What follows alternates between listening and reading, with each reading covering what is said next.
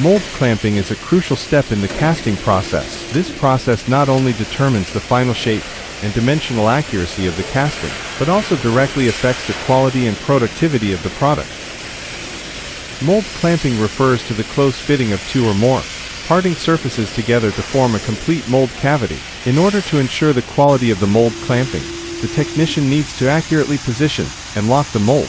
Normally, guide posts, positioning pins and other devices will be set on the mold to ensure that the upper and lower molds can be closed accurately. In addition, the surface of the mold needs to be inspected for impurities or damage, and any tiny imperfections can lead to defect in the casting.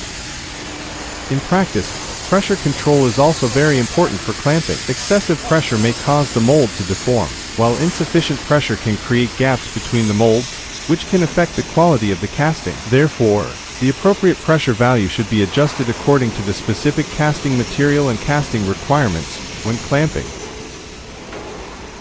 For some complex castings, special clamping may also be required. For example, for large or complex castings, multiple molds can be combined for mold clamping. For castings that require high precision, a sophisticated hydraulic system is required to achieve a stable clamping process.